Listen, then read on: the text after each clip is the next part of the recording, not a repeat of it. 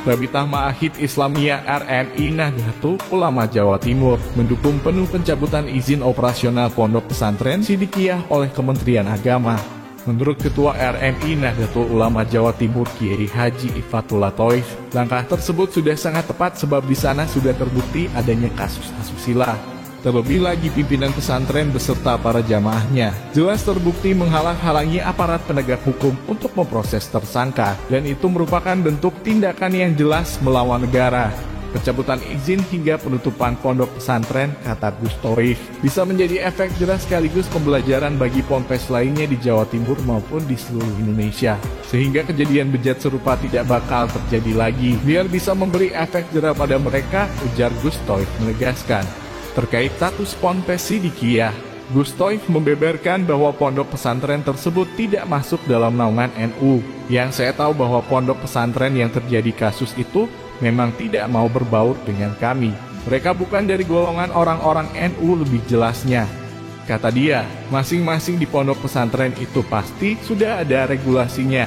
Masalahnya yang dalam kasus-kasus ini, pesantren Sidikiyah memang lebih senang menyendiri. Karena pesantren itu tidak berbaur dengan komunitas pesantren kebanyakan dalam tubuh NU, jelas Gus Thoif. RMI itu Rabitatul Ma'ahid Islamiyah, dari Ikatan Pesantren NU se-Indonesia. Itu memang Sidikiyah ini tidak masuk. Bukan bagian dari NU. Dan pola pembelajarannya juga katanya berbeda kan dari apa yang diajarkan NU. Nah, saya secara pribadi sebagai orang pesantren itu terus terang merasa malu melihat kasus seperti ini. Karena bagi saya ini yang dipertaruhkan kan dua institusi. Pertama kepolisian dan juga pesantren. Pesantren di Indonesia ini kan ribuan. Kasus seperti itu hanya bisa dihitung dengan jari. Jangan kemudian gara-gara kasus seperti itu kemudian ada orang melakukan stigmatisasi terhadap pesantren. Pesantren-pesantren di Indonesia ada ribuan jumlahnya. Dan kasus pesantren Sidikiyah janganlah dijadikan stigma bahwa seluruh pesantren seperti itu. Dalam tradisi pesantren yang berada dalam naungan Nahdlatul Ulama, Samina wa Atona kepada sang ulama memang menjadi bagian penting dalam hal adab santri terhadap sang kiai. Namun hal tersebut tidak serta-merta akan membuat warga Nahdien membabi buta demi membela junjungannya walaupun terbukti bersalah. Pertama, memang di pesantren itu ada kultur ketaatan santri pada kiai.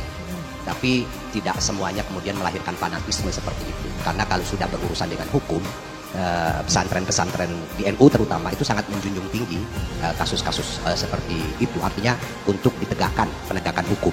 Itu memang Sidikiyah ini tidak masuk, bukan bagian dari NU. Dan pola pembelajarannya juga katanya berbeda kan dari apa yang diajarkan di NU.